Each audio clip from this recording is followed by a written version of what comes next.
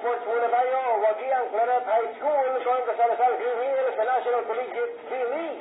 Finalistang Calarissians ng Archers 3-0 sa kanilang encuentro sa Star Billiard Center sa Quezon City. Tinalo ni Hans Pablo si Carlo Marcilla 7-4 sa kanilang 9-ball match. Hindi rin pinila pinaporma ang Lasal sa 10-ball at 8 double-doubles.